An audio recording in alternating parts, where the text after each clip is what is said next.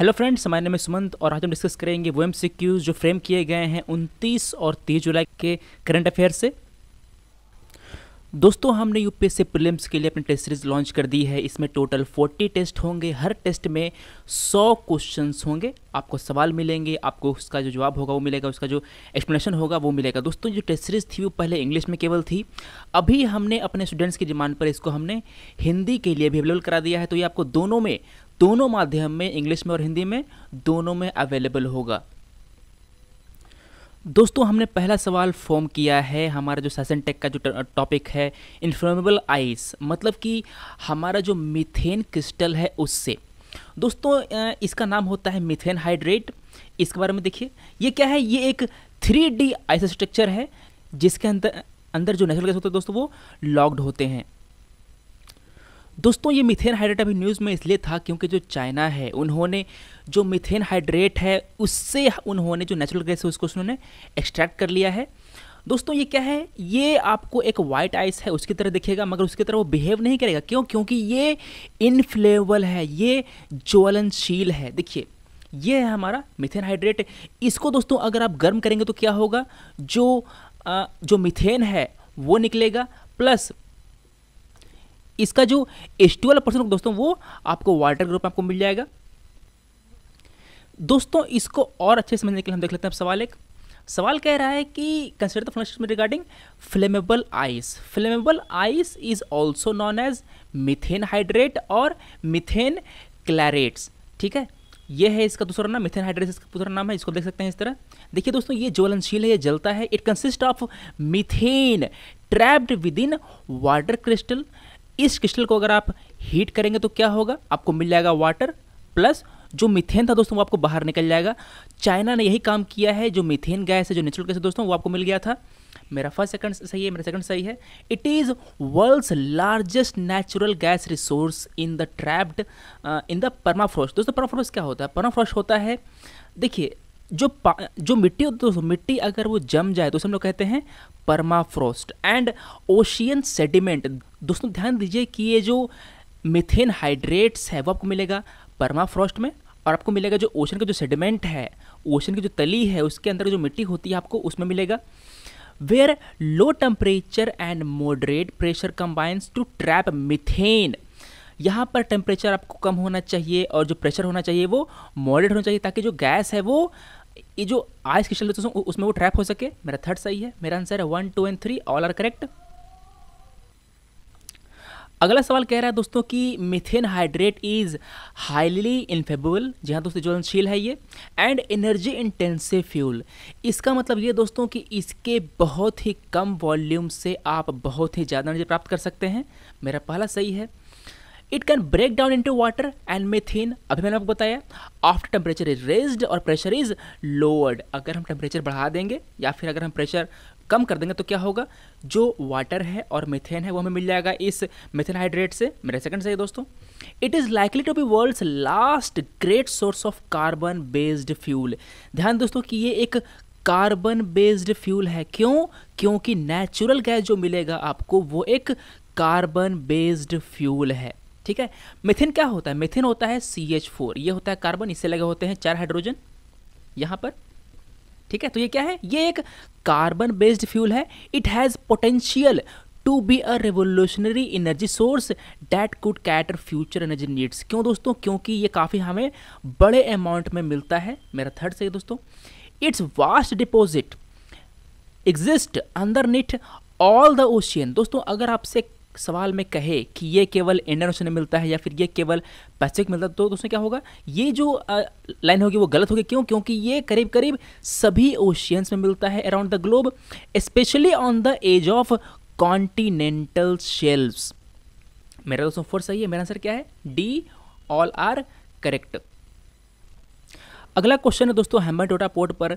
हाल में हुआ क्या कि जो श्रीलंका है उन्होंने चाइना से एक डील साइन की, जिसमें उन्होंने एक करीब 70% का जो इसका जो शेयर था उन्होंने उसको चाइना को बेचा। तो हम पूछ रहे हैं आपसे कि हम्बनटोटा पोर्ट क्या है? It is a deep water port in southern tip of Sri Lanka. पिछले वीडियो हमने पूछा था कि ये जो पोर्ट है वो कहाँ पर है। इसके श्रीलंका के ईस्ट में है, वेस्ट में है, नॉर्थ में है, साउथ में है। दोस्तों, ये श्रीलंका का जो साउदर्न टिप है, देखिए यहाँ पर, ये है यहाँ पर हम्बनटोटा पोर्ट, मेरा पहला सही है। ये एक डीप सी पोर्ट है दोस्तों। हमारे यहाँ होता क्या है कि हमारे जो इंडियन पोर्ट्स हैं, देखिए हमारे पोर्ट्स होंगे ईस्टर्न कोस्ट पे, हमारे पोर्ट्स होंगे वेस्टर्न कोस्ट पे। दोस्तों होता क्या है कि हमारे जो पोर्ट्स हैं वो साइज़ में बड़े नहीं हैं, हमारे यहाँ जो लार्ज कंटेनर्स हैं वो नहीं आ पाते। इसलिए हम लोग करते क्या है दोस्तों कि हमारे जो बड़े बड़े शिप्स हैं वो हम रुकवाते हैं जाकर के श्रीलंका के पोर्ट्स पर, ठीक है। यहाँ पर जाकर बड़े शिप आकर रुक गए। अब इन बड़े शिप में से जो माल होती है वो ढुलाई होती है छोटे छोटे जो कैनर होते हैं उसके जरिए। तो दोस्तों इससे होता क्या है, हमारा जो लॉजिस्टिक कॉस्ट है, जो देखिए जो भाड़ा होता है वो काफ़ी बढ़ जाता है। इससे क्या होगा, जो सामान होगा दोस्तों वो महंगा हो जाएगा, हमारा जो इम्पोर्ट होगा वो हमें महंगा पड़ेगा, प्लस जो एक्सपोर्ट होगा वो महंगा पड़ेगा। क्यों? क्योंकि अगर आपको बड़े कंटेनर भेजना तो क्या होगा, यहाँ से माल जाएगा श्रीलंका में, श्रीलंका से माल जाएगा बाहर के देशों में, तो ये दिक्कत होती है दोस्तों। It cyst close too busy east west shipping lens. कौन सा शिपिंग लेन? जो कि जो एशिया के जो ईस्टर्न कंट्रीज़ हैं उसको जोड़ता है यूरोप से, वो वाला लेन। मेरा सेकंड से दोस्तों मेरा आंसर क्या है, सी, बोथ आर करेक्ट। दोस्तों जो पोर्ट है उसका सिग्निफिकेंस दोनों के लिए, इंडिया के लिए भी ज़्यादा है और श्रीलंका के लिए भी ज़्यादा है। श्रीलंका का फ़ायदा ये है दोस्तों कि ये इस पोर्ट का इस्तेमाल कर सकता है भविष्य में अपनी मिलिट्री को वहाँ ठहराने के लिए।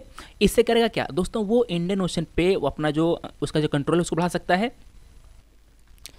प्लस इंडिया का जो रोल है इस ओशन में उसको वो कम करेगा। एक काम और करेगा कि इसका जो बेल्ट एंड रोड इनिशिएटिव है, ध्यान दोस्तों कि बेल्ट एंड रोड इनिशिएटिव जो है वो किसका है, वो चाइना का एक प्रोजेक्ट है।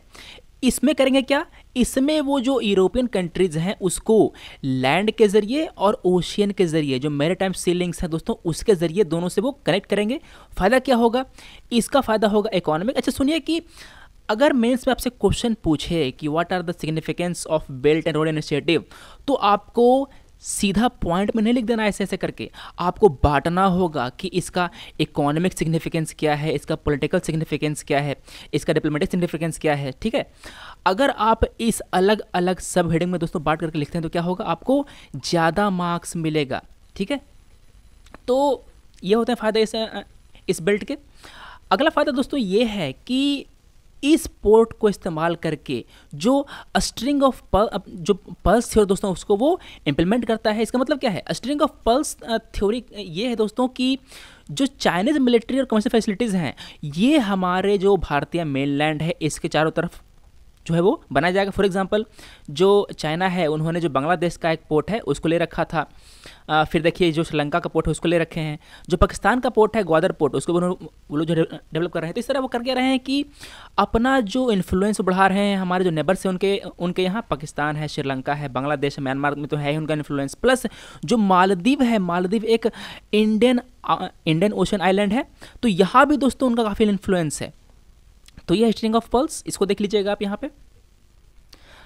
अगला क्वेश्चन दोस्तों फ्रेम किया है हमने मुंत्रा से। कह रहे हैं कि ये मुंत्रा क्या है। Muntra is India's first unmanned remotely operated tank, ठीक है। ये एक टैंक है।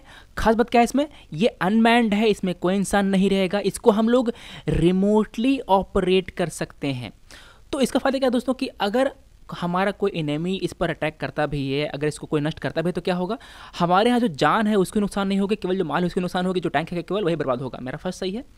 It will be used for surveillance, mine detection and recognitions in areas with nuclear and biological threats. दोस्तों जहाँ पर न्यूक्लियर थ्रेट्स होगा वहाँ पर क्या होगा, जो ह्यूमन्स उसको जाना काफ़ी खतरनाक होगा, है ना। तो हम इसको इस्तेमाल कर सकते हैं किन किन कामों के लिए, इसको आप इस्तेमाल कर सकते हैं सर्वेलेंस के लिए, माइंस को डिटेक्ट करने के लिए, और दोस्तों जो नक्सल हिट एरिया है उनमें भी इसको आप इस्तेमाल कर सकते हैं। मेरा सेकंड सही है। मेरा आंसर क्या है, बोथ आर करेक्ट। दोस्तों आपको बता दें कि ये जो मुंत्रा टैंक है इसको 3 वेरिएंट में लॉन्च किया गया है। कौन कौन से 3 वेरिएंट, मुंत्रा एस, मुंत्रा एम और मुंत्रा एन। दोस्तों तीनों का अलग अलग काम है। मुंत्रा S is country's first tracked unmanned ground vehicle developed for unmanned surveillance. ध्यान दोस्तों कि यहाँ पर जो एस है वो क्या है, एस मतलब सर्वेलेंस, एम मतलब माइंस को खोजने के लिए काम करेगा। ये एन मतलब क्या है, एन का मतलब ये है कि आपका जो जहाँ पर न्यूक्लियर रेडिएशन है दोस्तों, जहाँ पर बायोलॉजिकल थ्रेट है वहाँ पर इसका इस्तेमाल होगा। तीनों का अलग अलग इस्तेमाल है। मुंत्रा एस एम एंड एन। ध्यान दीजिए, एस सर्वेलेंस, एम माइंस और एन न्यूक्लियर थ्रेट के जगह पे। मेरा आंसर क्या है? Both 1 and 2 are correct. दोस्तों अभी जो राज्यसभा है काफ़ी न्यूज था, क्योंकि जो इलेक्शन वो होने वाले हैं वहाँ पर। तो सवाल देखिए, एक qualification for a person to be chosen a member of parliament in addition to those laid down by the constitution can be prescribed by the parliament itself. अगर आपको एक एमपी बनना है तो आपके पास होने चाहिए कुछ खूबियाँ, कुछ क्वालिफिकेशंस, ठीक है। इन क्वालिफिकेशंस को हमारे संविधान में दिया गया है। इसके अलावा जो हमारा पार्लियामेंट है उसको भी दोस्तों ये पावर दी गई है कि आप जो क्वालिफिकेशन है उसको आप मेंशन कीजिए कि जो इंसान है उसके पास और क्या खूबी होनी चाहिए। तो दोस्तों पार्लियामेंट ने अपने इस पावर का इस्तेमाल करते हुए उन्होंने इनेक्ट किया representation of people act RPA, जिसको आपको पढ़ना होगा GS2 के अंतर्गत, ठीक है। तो मेरा फर्स्ट सही है। दोस्तों जो क्वालिफिकेशन होगा क्या करेगा? वो प्रिस्क्राइब करेगा हमारे parliament. Candidate contesting an election to Rajya Sabha from a particular state should be an elector in that particular state. For example, अगर आप केरला से चुन करके आना चाहते हैं तो क्या होगा? आपको केरला का इलेक्टर होना चाहिए। क्या बात है दोस्तों? ये बात गलत है। पहले ये क्वालिफिकेशन थी, अब इसको ख़त्म कर दिया गया। इसका मतलब दोस्तों ये है कि अगर आप यूपी में इलेक्टर हैं, मतलब कि अगर आपका नाम यूपी के इलेक्टोरल रोल में लिखा हुआ है, फिर भी आप केरला से चुनाव जो लड़ सकते हैं, आप केरला से चुन करके राज्यसभा में जा सकते हैं। ये आपको सुविधा दी गई है। मेरा जो सेकंड है वो गलत हो गया। पूछ रहा है कि which of the following statements are correct. दोस्तों क्या आंसर? मेरा आंसर है ए, 1 only आर करेक्ट। अगला सवाल कह रहा कि जो स्टेटमेंट है वो आपको दिया गया है representation of union territories in जो सेकेंडरी चैम्बर है उसके रिगार्डिंग। दोस्तों जो सेकेंडरी चैम्बर कौन है? ये राज्यसभा है। ध्यान दीजिए कि राज्यसभा है वो क्या है? राज्यसभा हमारा ऊपरी सदन है, और जो लोकसभा क्या है? ये हमारा निचली सदन है, लोअर हाउस। तो देखिए, representative of each union territory in the second chamber are indirectly elected by members of an electoral college especially constituted for the purpose। क्या बात सही है दोस्तों ये बात सही है। मेरा पहला लाइन सही है। जो इलेक्शन होगा क्या होगा? इलेक्शन जो होगा वो इनडायरेक्टली होगा। यहाँ पर डायरेक्ट इलेक्शन नहीं होता राज्यसभा के लिए, ठीक है। This election is held in accordance with the system of proportional representation. ये क्या होता है? ये आपको मिलेगा जो 11th की जो किताब है ना दोस्तों, पॉलिटी वाली, NCERT वाली, उसमें मिलेगा आपको। यहाँ पर वोट क्या होगा? वोट यहाँ पर सिंगल होगा, मतलब हर व्यक्ति को एक वोट होगा, और वो ट्रांसफरेबल होगा। मेरा सेकंड से दोस्तों पूछ कर रहा है। दोस्तों कई लोग यहाँ पर 1 2 मारने के बाद आराम से आके यहाँ पर C लगा देंगे, उनका जवाब गलत हो जाएगा। क्यों? क्योंकि पूछ रहा है कि जो स्टेटमेंट आर इनकरेक्ट। कौन सा गलत है आपसे ये पूछ रहा है। इसमें कौन गलत है? इसमें कोई गलत नहीं है। यहाँ पर D आंसर होगा, नाइदर 1 नाइदर 2 और करेक्ट, ठीक है। आपको बताते हैं एक बात और कि अगर आपसे पूछे कि जो लक्षद्वीप है यहाँ से जाते हैं क्या मेंबर चुन कर राज्यसभा में? नहीं, केवल 2 ही यूनियन टेरिटरी दोस्तों जहाँ से जाते हैं चुन कर। कौन कौन से?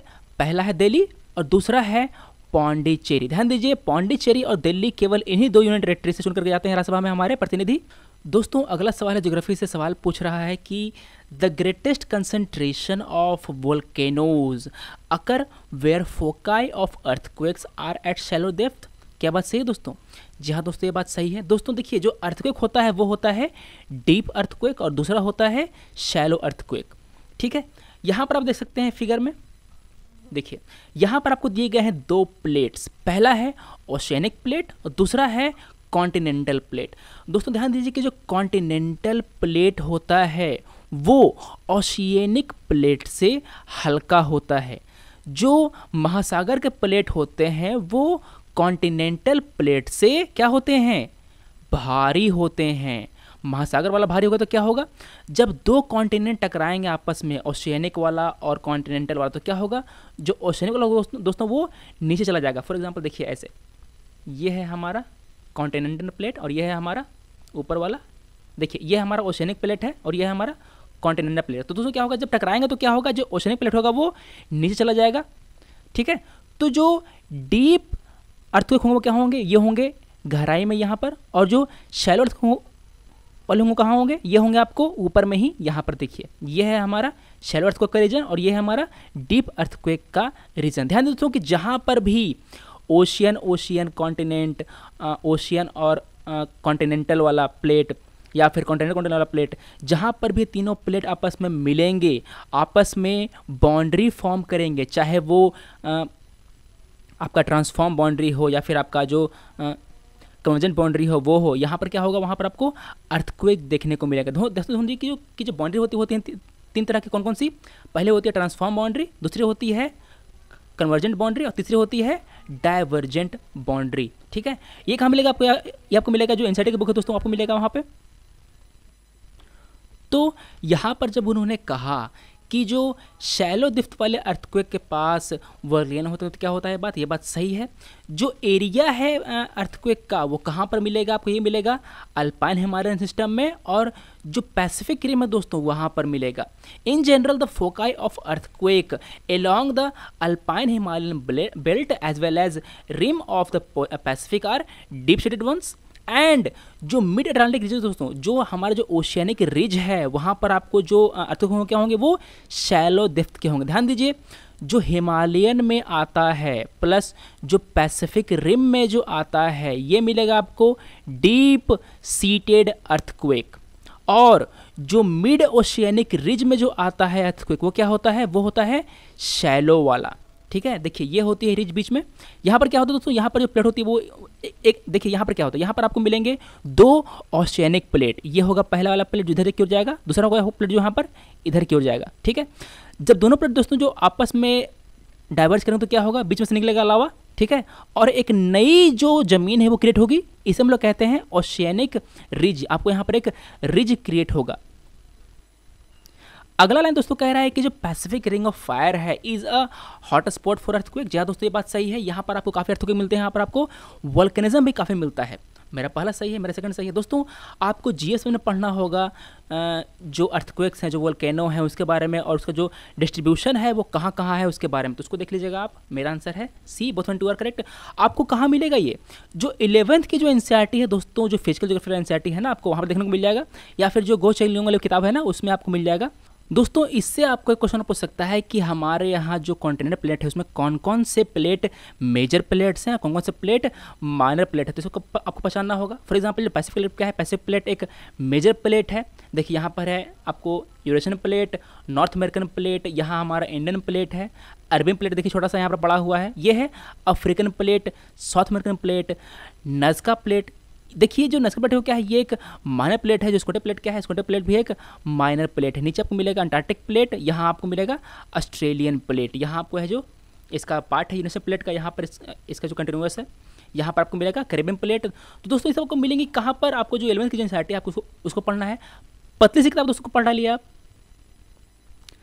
अगला क्वेश्चन दोस्तों ये है कि जो स्वरूप है, स्वरूप का फुल फॉर्म है scientific validation and research on panchgavya, SWAROP, panchgavya. इसका पर्पस क्या है? इसका पर्पस है it is a program for scientific validation of uniqueness of Indian cows, panchgavya for medicine and health, both 1 and B, neither 1 and B। दोस्तों इसमें देखिए ये जो प्रोजेक्ट है किसका? ये प्रोजेक्ट है department of science and technology का। तो दोस्तों ये प्रोजेक्ट है किसका? ये एक गवर्नमेंट प्रोजेक्ट है। इसका पर्पस क्या है? इसका पर्पस है कि जो काउज हैं हमारे उनमें जो यूनिकनेस दोस्तों उसको आपको वैलिडेट करना है। यहाँ पर मैंने आपको दिखाया इसके 5 पर्पस। मेरा ए सही है, मेरा बी सही है, मेरा आंसर क्या है? मेरा आंसर है C, both A and B are correct. दोस्तों हाल में हमारा जो GSAT 17 था इसको लॉन्च किया गया था कोरुरू से। ठीक है, आपसे पूछ रहा है कि ये जो कोरुरू है ये कहाँ पर लोकेटेड है? यूरोप में है, भारत में है, साउथ अमेरिका में है, अफ्रीका में है। दोस्तों ये हम लोकेटेड है हमारे साउथ अमेरिका में। क्यों? क्योंकि देखिए ये है इसका जो फ्रेंच गुयाना कंट्री है ना, इसका ये एक छोटा सा पार्ट है यहाँ पर कोरुरू। मेरा आंसर है सी, साउथ अमेरिका।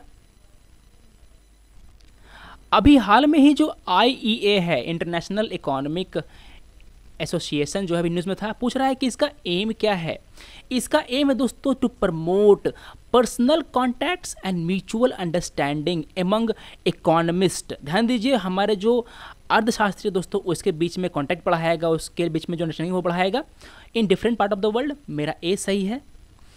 इस पर हमने समझने के लिए हमने सवाल फॉर्म किया है एक और, कह रहा है कि जो IAE है इसको फाउंड किया गया था 1950 में। ये एक NGO है दोस्तों, ठीक है, ये क्या है, ये एक एनजीओ है जो एक लिंक बनाए हुए है यूनेस्को से। ये करता क्या है, its aim has been to promote personal contact and understanding among economist. मेरा फर्स्ट सही है दोस्तों, मेरा सेकंड सही है। हाल में क्या हुआ कि जो कौशिक बसु थे उनको इसका प्रेसिडेंट नियुक्त किया गया था, इसलिए भी न्यूज़ में था। मेरा थर्ड सही है। मेरा आंसर क्या है? अगले सवाल में कहा गया दोस्तों कि जो OECD और FAO है, आपको पढ़ना है OECD के बारे में, इसको हमने कवर कर लिया है पहले, और जो FAO है इसको हमने कवर कर लिया है पहले। इसका जो रिपोर्ट आता है, इसका जो ज्वाइंट रिपोर्ट आता है, उसके बारे में सवाल दिया गया है। सवाल कह रहा है कि जो इंडिया है वो वर्ल्ड का, दुनिया का थर्ड लार्जेस्ट एक्सपोर्टर है किसका? बीफ का। पहला कौन है? पहला है ब्राज़ील, दूसरा है ऑस्ट्रेलिया, तीसरे नंबर पर आता है दोस्तों इंडिया। ठीक है, तो मेरा पहला सही है। सेकंड कह रहा है कि Brazil was ranked the first top beef exporter. जी हाँ दोस्तों, मैंने बताया आपको कि ब्राज़ील क्या है, ब्राज़ील का नंबर है 1 पे, ऑस्ट्रेलिया है नंबर 2 पे, फॉलोड बाय ऑस्ट्रेलिया। मेरा सेकंड सही है दोस्तों।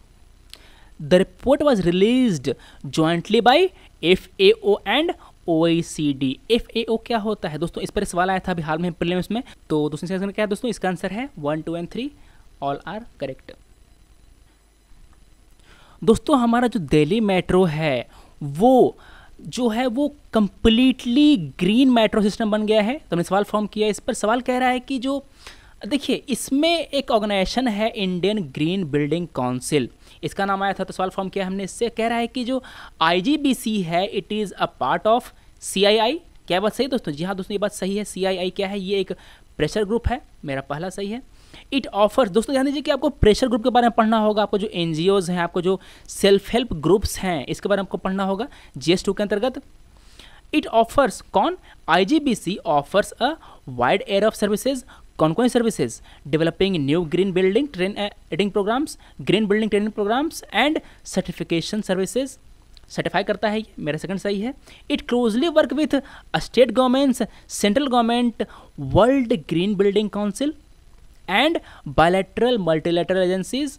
मेरा थर्ड से दोस्तों, आपसे अगर क्वेश्चन पूछे कि जो ग्रीन बिल्डिंग कांग्रेस है, ग्रीन बिल्डिंग कांग्रेस है, इसको कौन ऑर्गेनाइज करता है?